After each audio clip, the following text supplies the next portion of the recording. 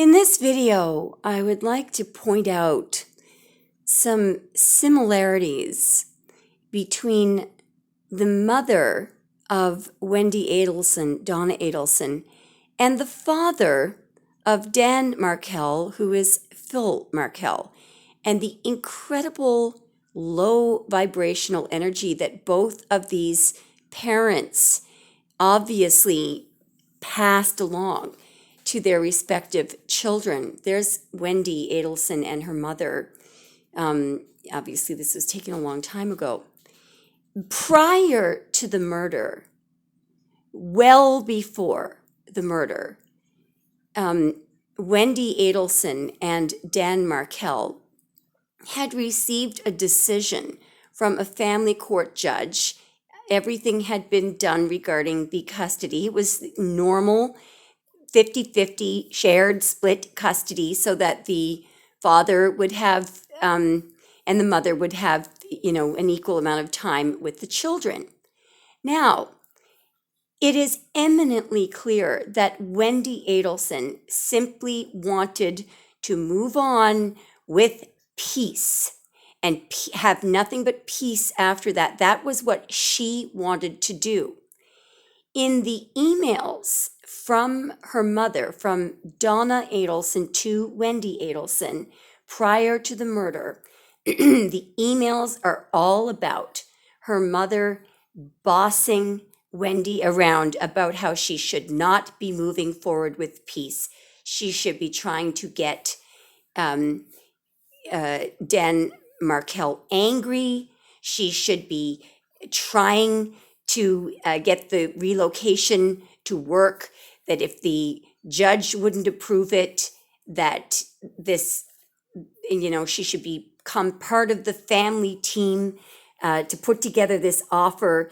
The mother, apparently, Donna Adelson, there she is in that picture, was suggesting in these emails that an enormous amount of money, each member of the Adelson family would come up with a certain amount of money and offer it to danmarkel so that Wendi could relocate. Now, it is really unclear to me from these emails what Donna Adelson was trying to accomplish by the following advice that she gave to Wendi in these emails. In one of the emails, she says in caps, "Take control from him.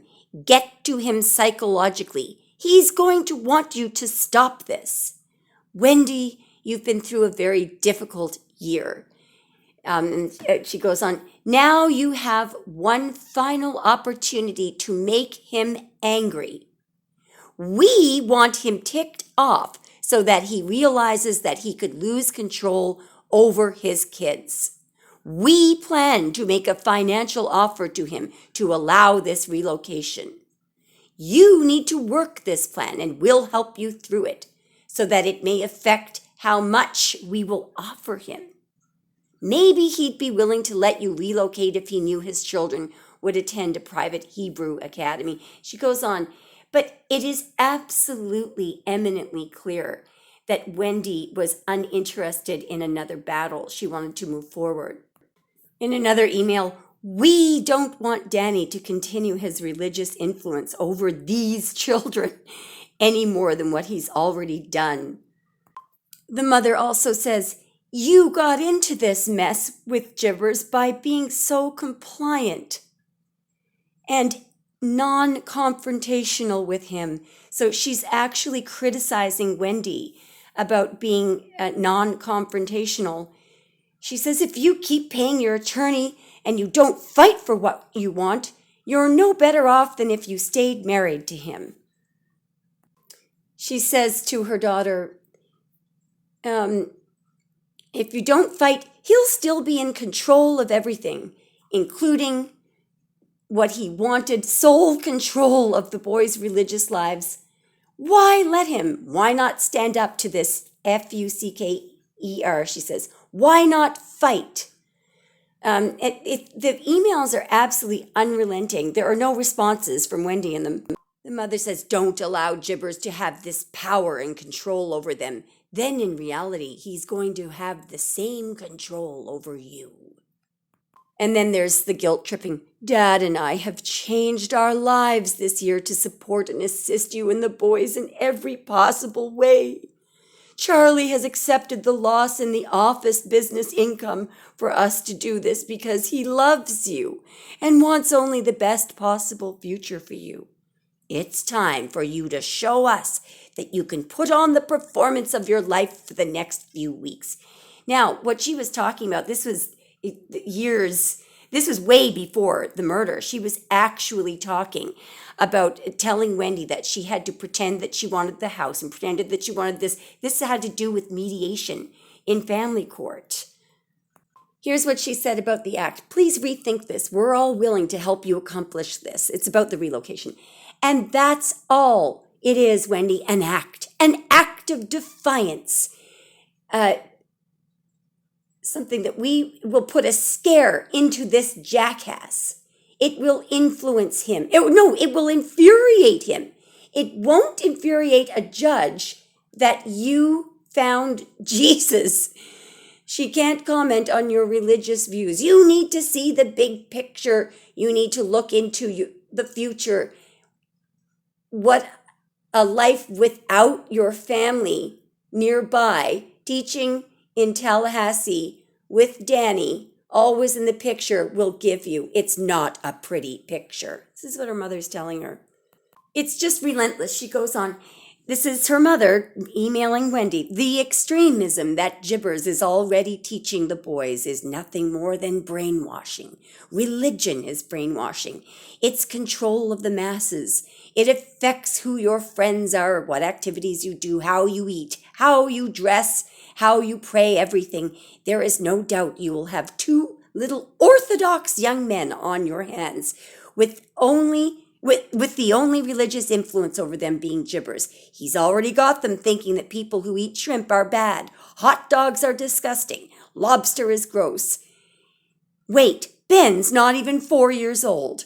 Wait till he's 8. You're not teaching them anything different. It goes on and on. It's just absolutely unrelenting. So here's another email, what her mother is advising Wendi to do about the upcoming family court date.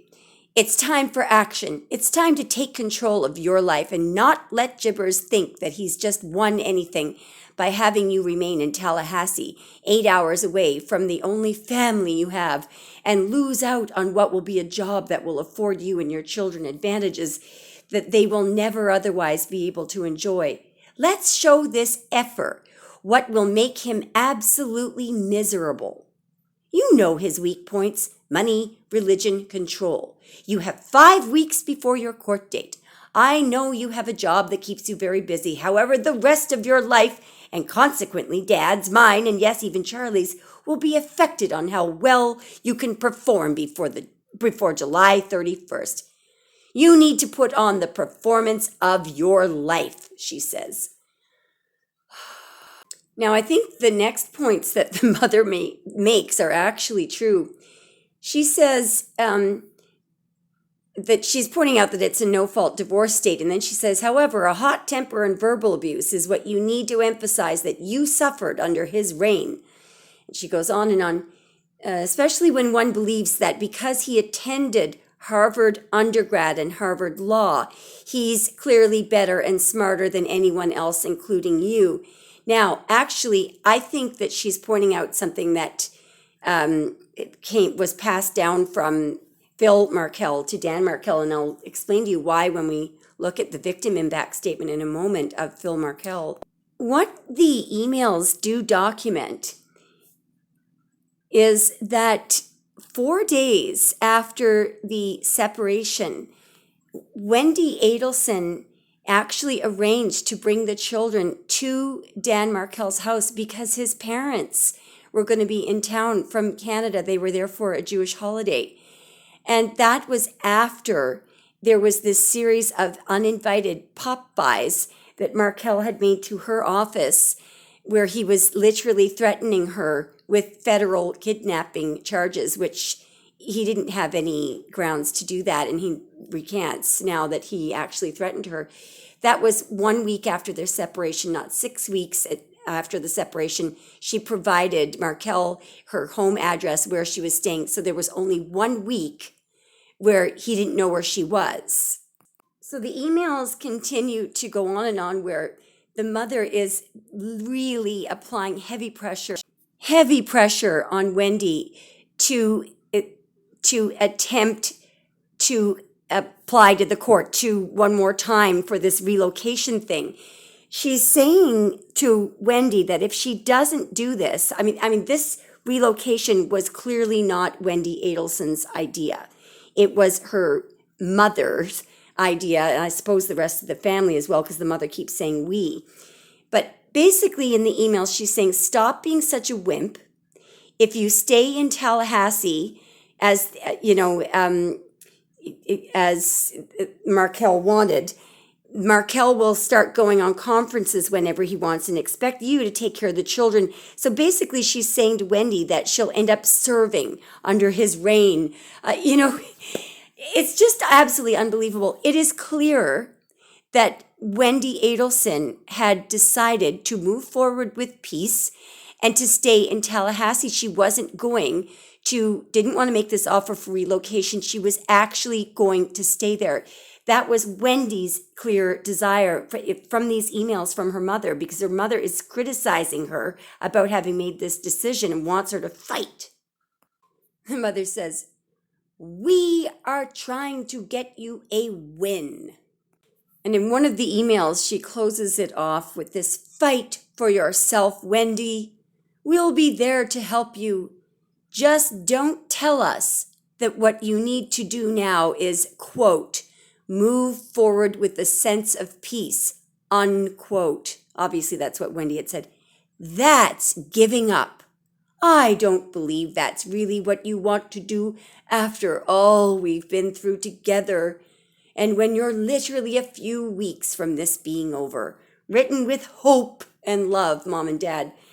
I mean, so the mother was literally frowning upon Wendi Adelson staying in Tallahassee, allowing the 50-50 shared contact so that Markel could go away on his conferences when he needed to, and the children would see both their parents.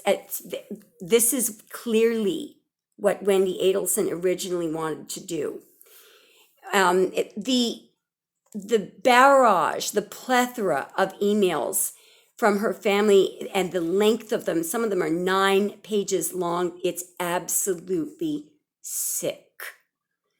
So anyway, now I just want to make a few comments about the so-called, now I obviously what happened was a big mess and a tragedy, the entire thing.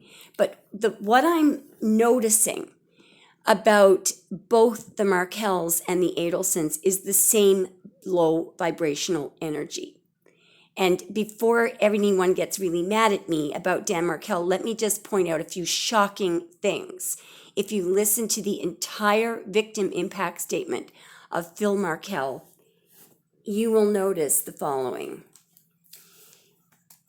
First of all, there isn't a single point where the father sheds a tear. Now, I'm not saying, but he doesn't get emotional. It is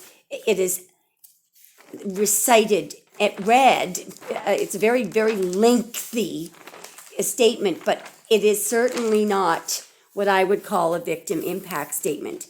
The entire statement is all about academia, reputation, social status, connections with upper class, that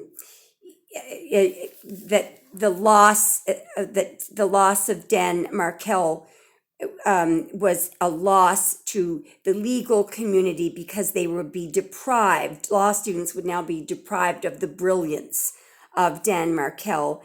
That important high-ranking people in the community would now be suffering and deprived of his brilliant ideas, that his wisdom were of very high value to the community, and therefore the community would suffer a loss because of the high value of his ideas. Now, the word prestige and prestigious school and prestigious this, a prestigious position. The father uses that word so many times, it's absolutely frightening. He focuses on the fact that when he was 13, he decided that he wanted to be a Harvard Law School graduate. And then he discovered that it didn't just take good grades, it also took community work. So that's why he started doing community work. Didn't do very much of it except for a high school newspaper revival. Not once does the father say that he invested or loved his wife or valued his wife. It's all about the two boys, the two sons, that they were first in his life. He doesn't even mention any dedication or love for Wendi at all. She's barely there except to be criticized regarding the custody issue. He talks about his son going on to be an extremely successful lawyer, and worked as an associate at a prestigious law firm. If you look at what he was doing, the so-called prestigious law firm, it is in fact a massive law firm, but they specialize in defending white-collar crime. That's right, defending criminals of a high social ranking. That was the work that danmarkel was extremely successful at. And then, of course, that his son secured a prestigious teaching position at a reputable this, distinguished this, high-ranking this, it goes on and on. If you look up the word prestige as an adjective, here's the definition. Prestige is used to describe products, places, or activities which people admire because they are associated with being rich or having a high social position. These are earthly attachments. These are things that don't matter. What matters is what God thinks, not what other people think. The father goes on about how he co-authored many books that were published in highly regarded law reviews. He was recognized as a scholar who contributed and made a difference in this world. Well, what exactly did he do? How exactly did he make a difference in this world? He was an academic, that's for sure. But and he certainly was definitely regarded as someone who was highly regarded and who had a position at a prestigious law firm. So what? So what? Now, these things that danmarkel did, and the loss of danmarkel, according to his father, why was it such a loss? According to his father, not because Markel was full of love and was selfless, and dedicated himself to this or that, but because whatever he dedicated himself to was highly regarded by prestigious this and prestigious that. These are very ill parents on both sides, sick people who raised children to judge others, to put an emphasis and value on what other people think based on social status and where they rank in society. And so Wendi Adelson, who was probably had her values completely screwed up, she admitted that she wasn't in love with him when she married him. Can you imagine that? And then it ended up complaining later that he didn't. It's no wonder that Markel, after hearing that spiel from his father, that he didn't see Wendi as an equal. Well, if Wendi, it was empty enough to, to be seeking out someone because of their status or their position, or that she thought they would make a good father. Because of what? Not because of love, but I'm not quite sure why she chose him. But how on earth was she expecting to be this person, this man, who was whose father values nothing but high rank, social ranking? How was she expecting that person to see her worth or to see her as an equal? And in fact, she complains about being with someone who doesn't see her as an equal. Well, what exactly did she think made her, I'm not saying that she wasn't equal to him, but why should anyone presume? Why should any woman presume that they are an equal? Have they earned it? What did she do that contributed or made society better? Why did she deserve this? Now she probably did, but why can't she explain why she was disappointed that he didn't see her as an equal? Anyway, what I'm saying in a nutshell is I think these people got into each other's lives because they were vibrating at the same low vibrational energy, vibrating at the energy that assumes worthiness and quality because it is prestigious. It is thought of as being worthy because people see a label. It's like thinking that something is more valuable because of a label, when in fact it's made of a very cheap material and it's going to fall apart. There is one other thing that I think really ruined their union right from the day, literally, that they were married. And that is the following. And if this isn't sabotage, I don't know what is. I don't know who caused this thing at their wedding, but I would imagine that it is clearly something that Wendi Adelson allowed. And I think she was aware of this. If you know that the person that you're marrying is an Orthodox Jew, a very, very traditional, Jew, an old-fashioned Jew, and that to allow your parents to handle the catering and not make 100% sure that what's served at the wedding is a kosher meal, in other words, where the meat and the cheese is separated, is not put together, when she knew darn well that some of the people that Danmarkel had invited to the wedding, well, one of the people he invited was a very traditional rabbi who he loved, and when the meal came out at the wedding, it must have. That is when Dan Markel first discovered that it was non-kosher, and his heart must have dropped. But not only that, but some of the rabbis had to leave the wedding. Now, let me ask you this. How in the world did Wendi Adelson think that anything would work after that? How could she have expected him to see her as an equal when she was either she was very stupid, or she at that point was already making passive aggressive attacks at someone that she hadn't even tied the knot with yet. That to me is a passive aggressive attack.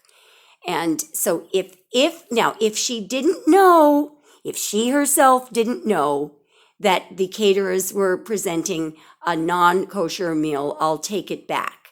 But if what she should have done is knowing that her mother, knowing the ways of her mother, she should have said, Mom, I will handle the caterer. If she allowed her mother to organize the catering to be non-kosher on the day of her wedding, on that day of the wedding, she had already secured its failure. And she's just simply either a very stupid person or she's a very mean person. And if she did know about that, I'm sorry, but no husband should see their wife as an equal after they have done something that is that underhanded, sick, mean, and cruel. You don't love your husband if she didn't really love him, if she was aware of that, she didn't love him on that day. So I don't have any sympathy for her whatsoever that her marriage didn't work out or that he didn't see her as an equal. If she knew about that, that is the foundation of the whole relationship. Was that the marriage itself, and that's something that he certainly, I don't think that I would ever be able to forgive, a potential spouse for doing that. Now, I take it all back if Wendi Adelson did not know about that or if her parents managed, but the thing is, that's something that she should have had control over. So I don't think she's a very smart person, or if she did know about it, it's both stupid and mean. If you are in a situation where you're already passively aggressively making digs at your partner, get out of the relationship because you don't love them and you're not capable of being a decent person. Anyway, guys, sorry that I'm just criticizing everyone, but I just thought that this would open people's minds a little bit to both of these families and where things went terribly wrong.